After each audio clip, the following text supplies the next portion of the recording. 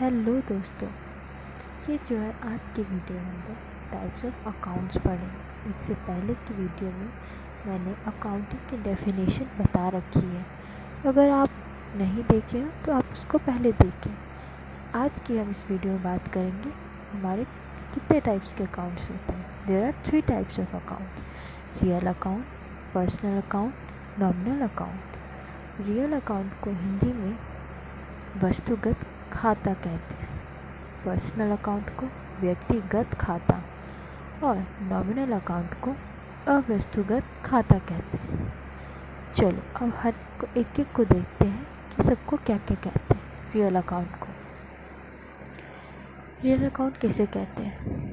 Real account is an account that retains the ending balance at the end of an accounting period and carries forward that balance as opening balance to the next accounting period। वस्तुगत खाता किसे कहते हैं?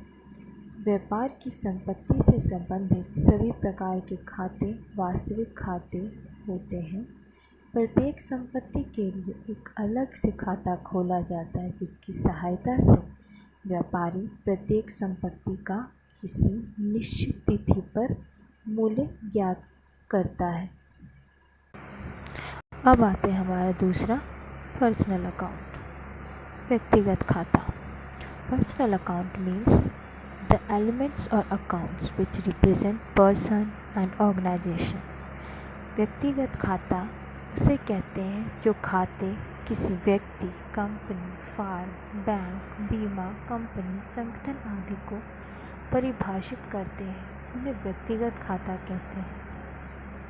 इसके 3 types होते हैं: natural account, artificial account, representative account. Natural account अकृत्रिम व्यक्तियों के खाते, आर्टिफिशियल अकाउंट कृत्रिम व्यक्तियों के खाते और रिप्रेजेंटेटिव प्रतिनिधि व्यक्तियों के खाते। अब आगे बढ़ते हैं नॉमिनल अकाउंट की तरफ। नॉमिनल अकाउंट किसे कहते हैं? Nominal accounts are temporary accounts used in accounting to record revenues, expenses, gains and losses during a specific accounting period। नाम मात्र खाते किसी बिजनेस के लाभ हानि और आय व्यय को प्रदर्शित करते हैं। व्यवसाय में इनकम और एक्सपेंस से संबंधित जितने भी खाते खोले जाते हैं, वे सभी खाते नाममात्र या अवास्तविक खाते होते हैं। अब आगे बढ़ते हैं। आगे कैरेक्टरिस्टिक्स ऑफ अकाउंटिंग। अकाउंटिंग के हम लोग कैरेक्टरिस्टिक्स को देखते हैं। पहला क्या है? रिलायबिलिटी। रिलायबिलिटी मीन्स होता है जो प्रस्तुत की जाने वाली लेखांकन जानकारी सत्य, सटीक, पूर्ण और सत्यापित होने में सक्षम है, उसे हम रिलायबिलिटी कहते हैं। Reliability can be defined as the ability to trust accounting help in providing reliable information to businesses. उसके बाद हमारा दूसरा है relevance. Relevance means relevant information is recorded and presented in the process of accounting. इसका मतलब यह है कि उपयोगी होने के लिए लेखांकन जानकारी को उपयोगकर्ता को देखने, पुष्टि करने या शायद संशोधित करने में सहायता करनी चाहिए, आमतौर पर निर्णय लेने के संदर्भ में। तीसरा हमारा clarity. Clarity accounting helps in providing clear information about all business transactions. It is an art of recording, classifying and summarizing accounting information। इसका तात्पर्य अभिव्यक्ति की स्पष्टता के साथ इस तरह से लेखांकन की जानकारी से है, यह उपयोगकर्ताओं के लिए समझ में आएगा, जिन्हें आमतौर पर व्यवसाय और आर्थिक गतिविधियों का एक उचित ज्ञान माना जाता है। और दूसरा देखते हैं हमारा objective of accounting. Objective means क्या है इसका निश्चय, इसका ठीक है। दूसरा है रिकॉर्डिंग करना। The basic role of accounting is to maintain a systematic, complete, accurate, and permanent record of all business transactions that can be searched and checked at any time. Planning. Organization must plan how they intend to allocate their limited resources for competitive needs in the future. Decision.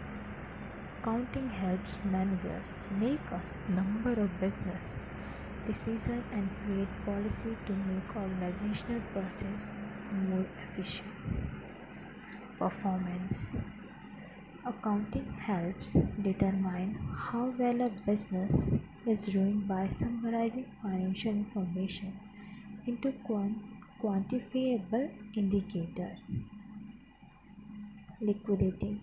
Poor cash management is often the reason for the failure of many businesses.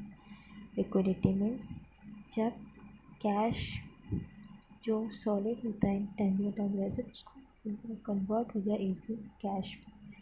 Financing किसी accounting information is necessary to secure finance management means one of the key objective of an accounting system is to place sufficient intent control in an organization to protect its valuable resources. Accounting एक important और last objective. Okay, यह है financial data को classify और summarise करने के बाद उसकी अलग अलग रिपोर्ट मैनेजमेंट को प्रोवाइड की जाती है जिसके बेस पर बिजनेस के ऑपरेशंस को इफ़ेक्टिवली हैंडल करते हैं और क्विक एंड इम्पॉर्टेंट डिसीजन भी ले पाते हैं. आगे हमारा advantage and disadvantage of accounting ये हमारी नेक्स्ट क्लास में आपको मिलेगी. मेरे यूट्यूब चैनल को सब्सक्राइब करें और लाइक करें. और अगर आपको हिंदी में अगर चाहिए सारा तो मैं हिंदी में भी बताऊंगी. मुझे कमेंट करके बताएं कि अगर आपको हिंदी में चाहिए तो हिंदी में देंगे, इंग्लिश में चाहिए तो आपको इंग्लिश में भी प्रोवाइड करेंगे. Thank you.